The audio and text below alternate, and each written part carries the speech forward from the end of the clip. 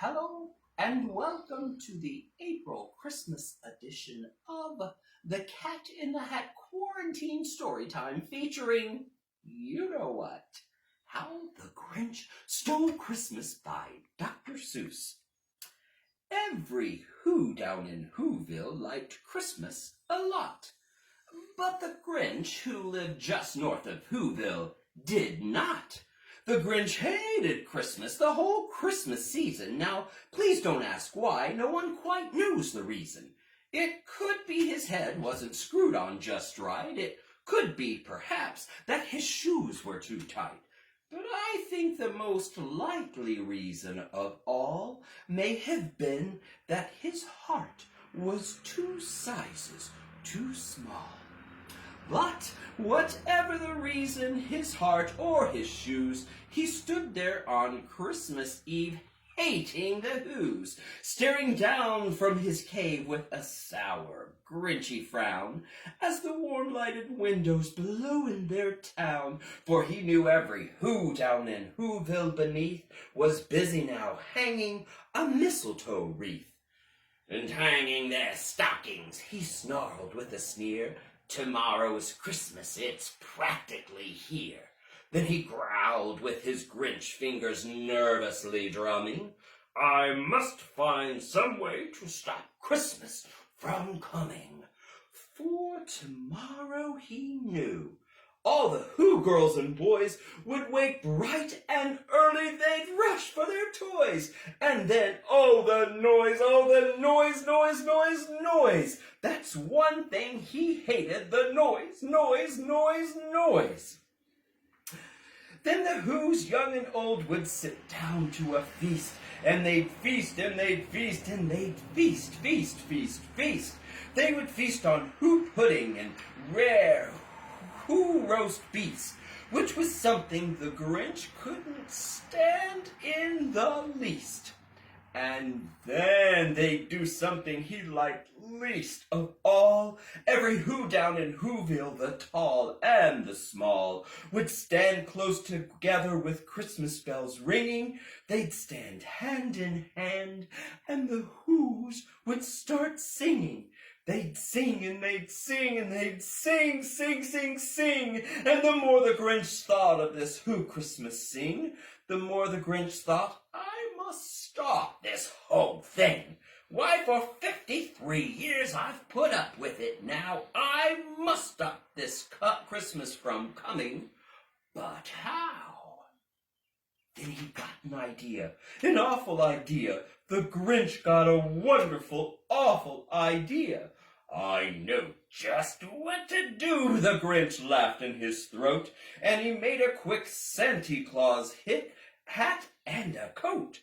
And he chuckled and clucked, "What a great Grinchy trick! With this coat and this hat, I look just like Saint Nick. All I need is a reindeer." The Grinch looked around, but since reindeer are scarce, there were none to be found. Did that stop the old Grinch? No, the Grinch simply said, "If I can't find a reindeer, I'll make one instead." So he called his dog Max. Then he took some red thread and he tied a big horn on the top of his head. Then he loaded some bags and some old empty sacks on a ramshackle sleigh, and he hitched up old Max. And the Grinch said, "Get up!" And the sleigh started down toward the homes where the Whos lay a snooze in their town. All their windows were dark. Quite snow filled the air. All the Whos were all dreaming sweet dreams without care. When he came to the first little house on the square, "This is number 1, the old Grinchy Claus hissed, and he climbed to the roof, empty bags in his fist. Then he slid down the chimney, a rather tight pinch, but if Santa could do it, so could the Grinch. He got stuck only once, for a moment or two, then he stuck his head out of the fireplace flue, where the little Who stockings all hung in a row. These stockings, he grinned, are the first things to go. Then he slithered and slunk with a smile most unpleasant around the whole room, and he took every present. Pop guns and bicycles, roller skates, drums, checkerboards, tricycles, popcorn, and plums. And he stuffed them in bags. Then the Grinch very nimbly stuffed all of the bags one by one up the chimney. Then he slunk to the icebox. He took the Who's feast. He took the Who pudding. He took the roast beast. He cleaned out that icebox as quick as a flash. Why, that Grinch even took down their last can of Who hash.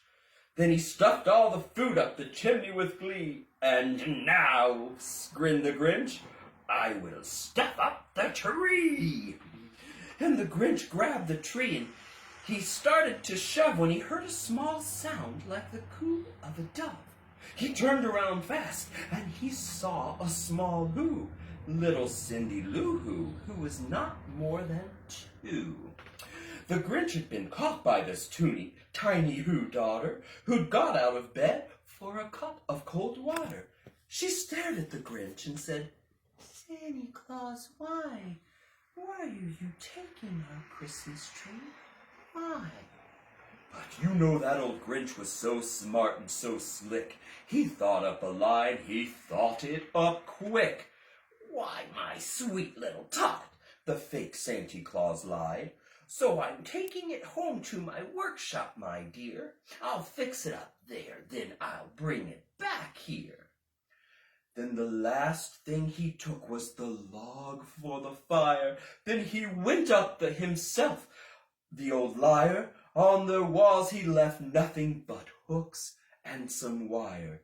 And the one speck of food that he left in the house was a crumb that was even too small for a mouse.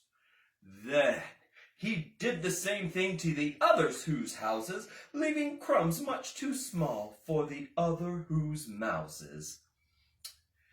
It was 1:15 dawn, all the Who's still abed, all the Who's still a snooze when he packed up his sled.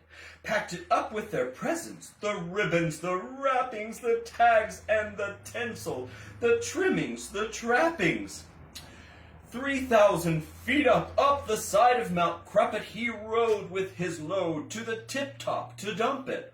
Pooh, said the Who's, he was grinchiously humming. They're finding out now that no Christmas is coming. They're just waking up. I know just what they'll do. Their mouths will hang open a minute or two. Then the Who's down in Whoville will all cry, boo-hoo. That's a noise, grinned the Grinch, that I simply must hit here. So he paused. And the Grinch put his hand to his ear, and he did hear a sound rising over the snow. It started in low, then it started to grow. That sound wasn't sad. Why, this sound sounded merry. It couldn't be so, but it was merry, very. He stared down at Whoville. The Grinch popped his eyes, then he shook. What he saw was a shocking surprise. Every Who down in Whoville, the tall and the small, were singing without any presents at all. He hadn't stopped Christmas from coming. It came. Somehow or other, it came just the same.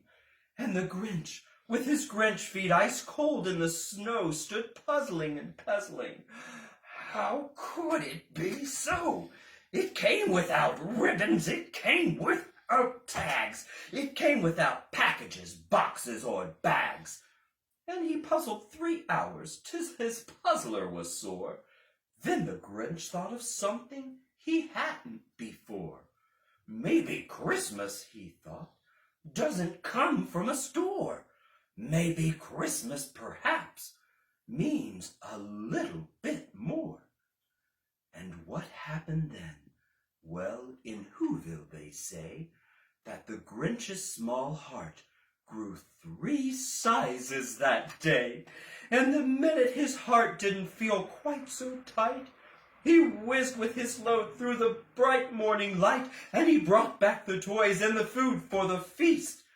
And he himself, the Grinch, carved the roast beast. Merry April Christmas!